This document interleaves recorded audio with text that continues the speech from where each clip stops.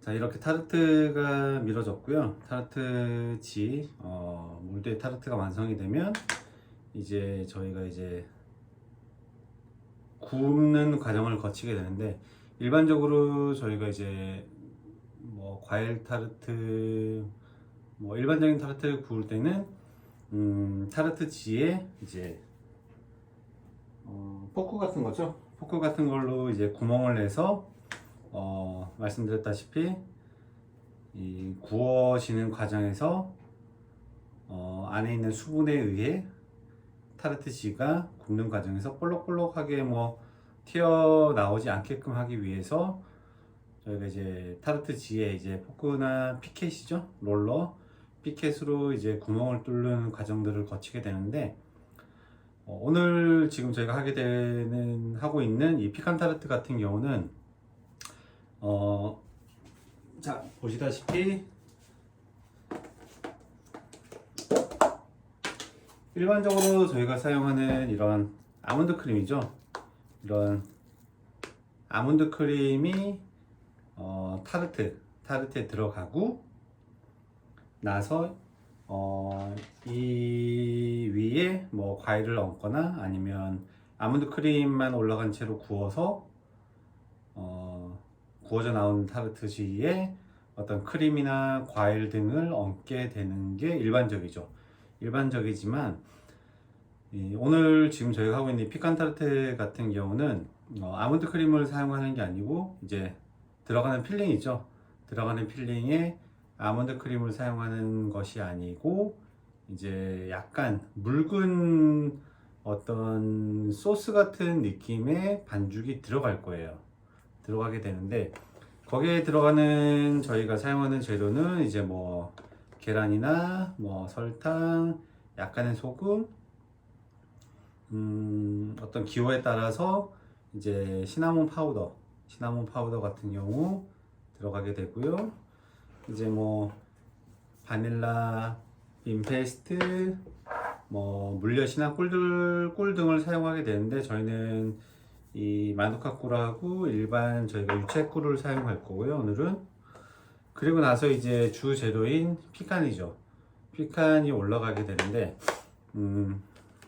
반죽이 소스처럼 묽기 때문에 이 위에 바로 모든 어떤 필링이나 피칸을 얹어서 굽게 되면 수분이 굉장히 많죠. 묽으니까 소스가 필링이 묽기 때문에 굉장히 수분이 많기 때문에 모든 재료를 넣고 나서 굽게 되면 이 타르트지가 익지가 않아요. 어떤 수분이 타르트지에 침투를 하면서 익지를 않게 되고, 또 저희가 이제 피켓을 사용해서 구멍을 뚫지 않는 이유는 타르트 이 필링이 묽기 때문에 이 저희가 구멍을 낸 이 사이로 필링이 새어나올 우려가 있어요. 그런 이유 때문에 약간은 다른 방법으로 저희가 이제 이 피칸 타르트 같은 경우는 굽게 되는데, 아몬드 크림을 짜지 않고 저희가 필링을 넣는다고 했는데, 그 전에 보통 이 타르트지를 먼저 굽게 돼요. 타르트지를 먼저 굽게 되는데, 근데 구울 때 이 상태로 그대로 굽는 것이 아니고 이 안에 무언가 어떤 약간의 묵직한 느낌의 어떤 뭐 도구들을 채워줘야 돼요.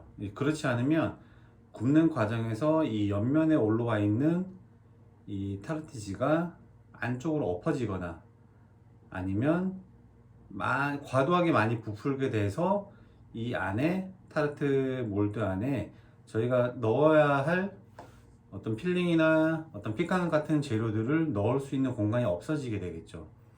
그래서 현재 밀어져 있는 상태 이 두께를 유지한 상태에서 구워야 하기 때문에 이 안쪽에 뭔가 묵직한 재료들을 올려줘야 돼요.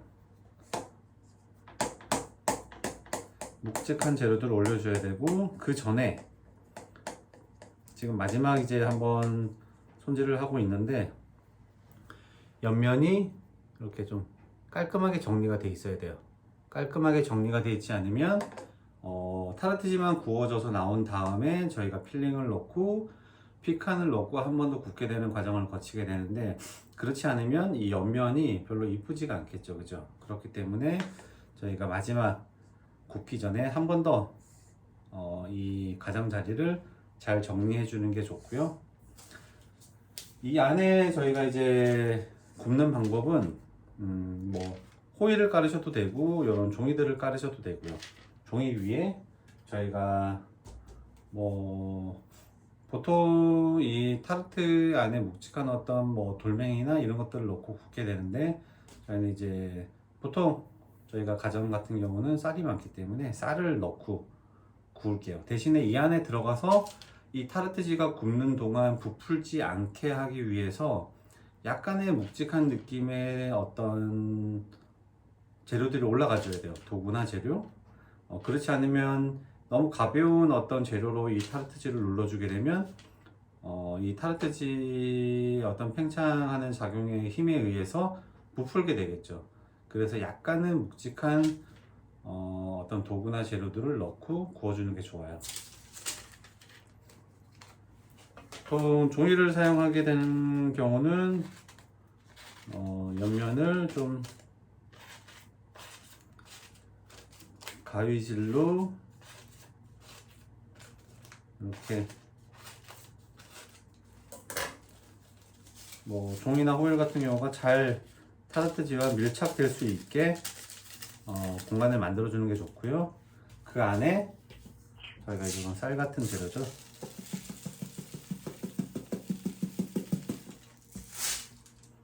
쌀 같은 재료들을 넣고 이 타르트지가 부풀지 않게 눌러주는 역할을 해주는 거예요. 이런 식으로 눌러주는 역할을 해줄 수 있게끔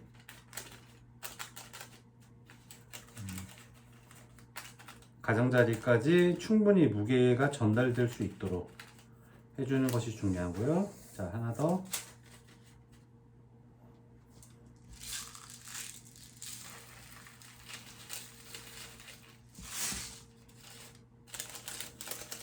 종이가 없다면 뭐 호일 같은 거 사용하셔도 뭐 크게 문제되진 않아요.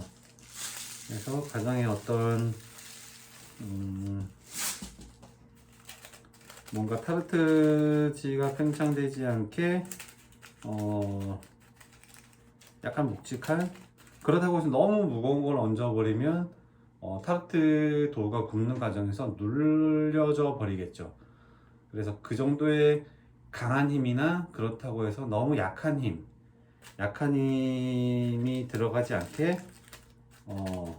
들어가지 않는 어떤 무게의 재료나 도구들을 넣고 잘 구워주는 게 좋을 것 같습니다.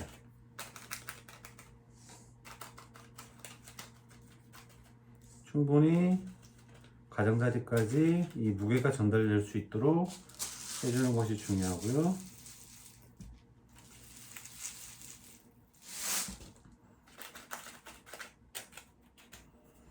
자, 이렇게 준비가 되면 이제 오븐에 한번 구울 건데, 오븐에 저희가 구울 때는 아무래도 이 타르트지를 어떤 무언가가 감싸고 있기 때문에 100% 이 상태에서 타르트지의 색깔이 나진 않아요.